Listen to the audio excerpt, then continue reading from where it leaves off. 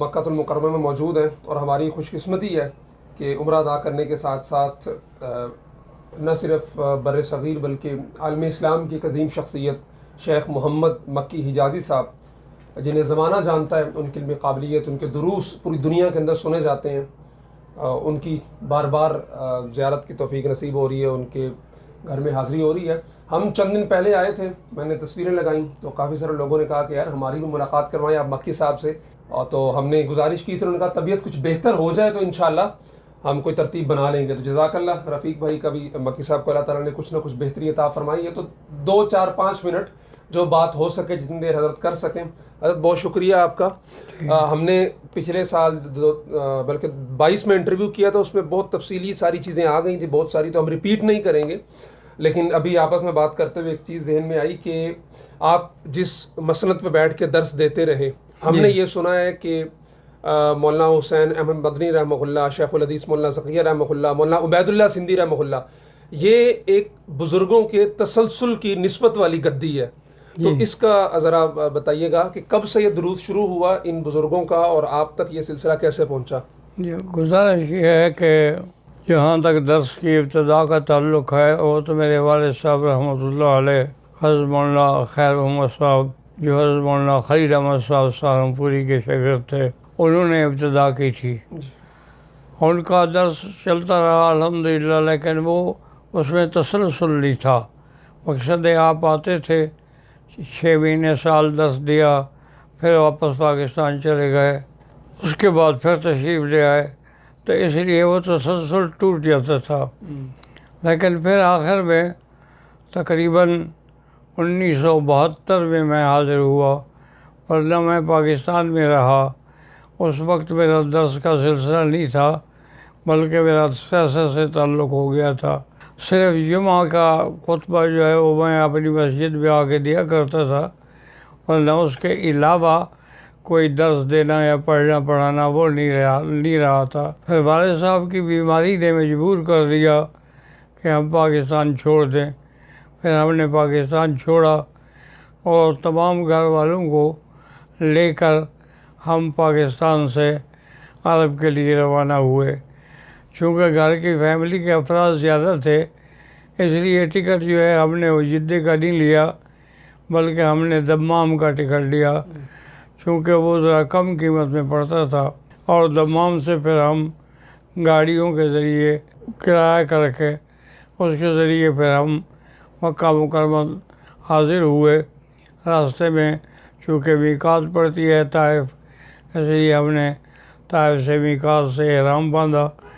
احرام باندھنے کے بعد، اور یہ عجیب ایک بات ہے کہ والد صاحب رحمۃ اللہ علیہ کو کوئی علم نہیں تھا کہ ہم آ رہے ہیں یا ہمارا پروگرام ہے، لیکن ایک بانا رویا علاقے کا ایک لڑکا شام کو ان کو خدمت کے لیے آتا تھا اور رات وہیں والد صاحب کے پاس گزارتا تھا۔ تو والد صاحب نے اس سے کہا کہ بھائی خیال کرنا، سو نہ جانا، میرا خیال ہے کہ مکی صاحب آ رہے ہیں۔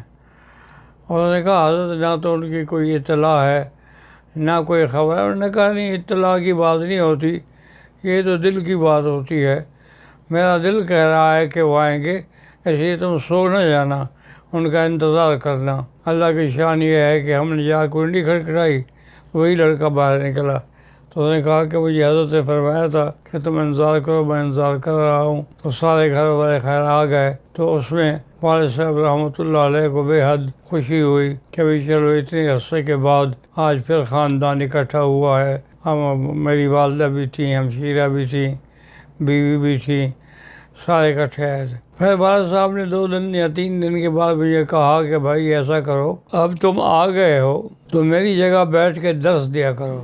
میں نے کہا حضرت گزارش یہ ہے کہ تقریباً 16 سال کا عرصہ میں نے درس نہیں دیا اور نہ میں نے کتاب اٹھا کے دیکھی، اب میں آپ کی جگہ پر بیٹھ کر عرب لوگوں کو درس کیسے دوں گا؟ انہوں نے کہا اس بات کو تم چھوڑو، بس تم آ جانا۔ میں نہیں گیا، میری ہمت ہی نہیں ہوئی جانے کی کہ میں وہاں جا کے درس دوں۔ دوسری رات پھر مجھے بلایا بھی تم کیوں نہیں آئے؟ میں نے کہا حضرت گزارش یہ ہے کہ میں نے عرض کیا تھا کہ ایک آدمی نے 16 سال کوئی کتاب اٹھا کے نہ دیکھی ہو، وہ کیسے درس دے گا؟ تو حضرت جوش میں آ گئے، آپ کی آنکھیں مبارک سرخ ہو گئی کہنے لگے کہ اچھا تم مجھے ملا سمجھتے ہو؟ میں نے کہا کیا مطلب ہے بسم اللہ؟ اور نے کہا میں نے بڑے بڑے بزرگوں کے ہاتھ دیکھے ہیں، میں نے ان کے پاؤں چومے ہیں، میں نے ان کی صحبت اور خلافت حاصل کی ہے، میں جب تمہیں کہہ رہا ہوں تم آ جاؤ بس، باقی اللہ تبارک و تعالیٰ تمہیں توفیق دیں گے، اللہ تمہارے سینے میں علم ڈال دیں گے۔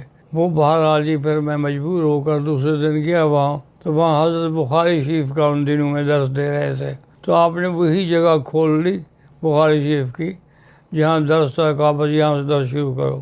اللہ کا نام لے کر میں نے ڈرتے ڈرتے شروع کر دیا۔ واپس جب آئے تو بڑے خوش تھے، میری والدہ سے کہنے لگے کہ آج میرا دل ٹھنڈا ہو گیا ہے، مکی صاحب منسٹر بن جاتے، وزیر بن جاتے، مجھے کوئی خوشی نہیں تھی، آج مجھے خوشی ہوئی کہ میرے ممبر پہ بیٹھ کے انہوں نے بخاری شریف کا درس دیا، اور اتنا اچھا درس دیا ہے کہ شاید اتنا اچھا میں بھی درس نہ دے سکوں، اس لیے مجھے خوشی ہوئی ہے۔ تو یہ 1972 کی بات ہے؟ ہاں جی۔ صحیح۔ اس کے بعد پھر متواتر میرا درس شروع ہو گیا 1972 سے۔ مغرب سے عشاء تک اردو میں تقریر ہوتی تھی، اور صبح کی نماز کے بعد عربی کا درس ہوتا تھا، کبھی بخاری شریف کا درس تھا، کبھی ابو داؤد کا درس تھا، کبھی نسائی کا درس تھا، مختلف کتابیں چلتی رہیں، الحمدللہ درس ہوتا رہا۔ اور 1974 میں والد صاحب کی وفات ہوئی، 1974 میں حضرت فوت ہو گئے، اور وفات کے بعد اللہ نے مہربانی کی کہ ان کو وہ احاطہ مل گیا جس احاطے میں حضرت مولانا دلائل الخیرات وہ دفن تھے، اور اسی طرح اسی کے اندر اور بڑے بڑے بزرگ دفن تھے، اس میں اللہ نے حضرت کو بھی جگہ دی۔ مدرسے سولتیہ والوں کا وہ احاطہ مخصوص تھا، لیکن جب والد صاحب کے لیے کہا تو انہیں اجازت دے دی، تو اس وجہ سے پھر حضرت وہاں دفن ہوئے، اللہ نے مہربانی فرمائی۔ اب پھر میں نے سوچا کہ بھائی آنے کا مقصد تو والد صاحب کی زیارت تھی، اب والد صاحب فوت ہو گئے، اب میرا یہاں رہنے کا کیا مقصد ہے، ہم واپس جائیں۔ میں نے والدہ سے عرض کیا، انہوں نے کہا بیٹا ایسا کرو کہ تمہارا والد فوت ہوا اور جنت المعلا میں دفن ہوا، تم صبر کرو، مجھے مرنے دو، میری موت جب ہو جائے مجھے جنت المعلا میں ہی دفن کرنا، اور اس کے بعد پھر تمہیں اجازت ہے پاکستان جاؤ، ہندوستان جاؤ، کہیں جاؤ، لیکن ابھی تم مہربانی کرو نہ جاؤ، کیونکہ ایک درس کا سلسلہ بھی چل رہا ہے، اور دوسرا یہ ہے کہ میں بھی اسی انتظار میں ہوں، بیماری ہے، بڑھاپا ہے، آج یا کل موت آئے گی۔ تو 1 سال کے بعد والدہ فوت ہو گئی، ان کے دفن جو ہے وہ بھی الحمدللہ جنت المعلا میں ہو گیا۔ اب ہم نے کہا کہ اب ہم ایسا کرتے ہیں کہ اب تو والد بھی فوت ہو گئے، والدہ بھی فوت ہو گئی، تو اب تو پھر بہتر ہے کہ ہم پاکستان چلے جائیں۔ چلو اب چونکہ میرا درس کا بھی سلسلہ شروع ہو گیا ہے، پاکستان بھی میں درس رکھوں گا، کیونکہ وہاں تو پہلے سیاست نے مجبور کیا تھا نا، اب کیا سیاست ہے، اب سیاست کو لعنت بھیجی، وہاں بھی میں درس دوں گا۔ خیر ہم نے تیاری کی، میں نے درس والی جگہ پر طلباء سے کہا کہ میرا ارادہ ہے، انہوں نے کہا خدا کے بندے اللہ کا خوف کرو، یہ ہزاروں کا مجموعہ آپ کا درس سن رہا ہے، ان سب کو تم اداس کر کے جاؤ گے، کوئی عقل کی بات ہے، تم درس اپنا جاری رکھو اور جب تک اللہ چاہے اسی سرزمین میں رہو۔ تو ان کے کہنے سے پھر میں مجبور ہو گیا، پھر میں نے وہی درس جاری رکھا، تو یہ اس طرح سلسلہ ایک چلتا رہا، اور الحمدللہ ثم الحمدللہ جتنا اللہ نے توفیق دی، اور وہ سلسلہ الحمدللہ آج تک جاری ہے۔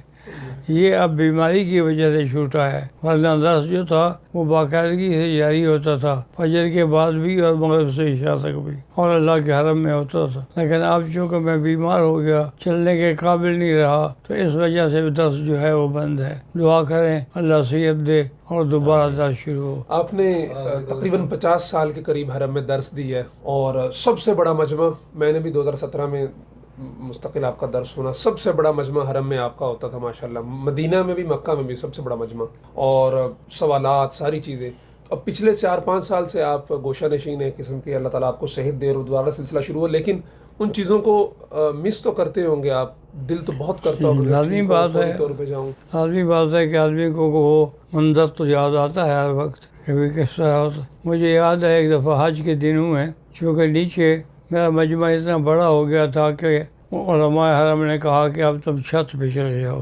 میں نے دل میں سوچا کہ یار چھت پہ اب ان کا حکم نہ مانو تو قید بند کر دو، تو میں کیا کر سکتا ہوں۔ لیکن چھت پہ جانے کا معنی ہے کہ اتنی بڑی اللہ کے حرم کی چھت، وہاں کیا مجمع ہوگا، کون آئے گا اور کتنے لوگ اکٹھے ہوں گے۔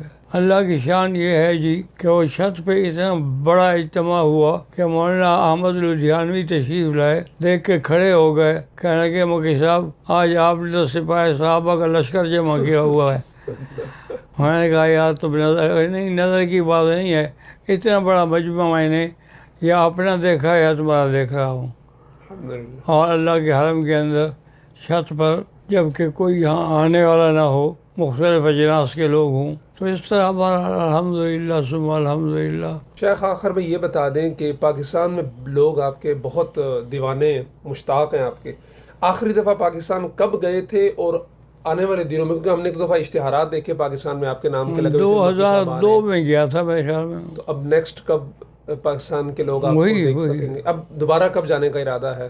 ابھی ارادہ ہے، اچھا، ابھی جائیں گے، ارادہ ہے علاج کے لیے، اچھا۔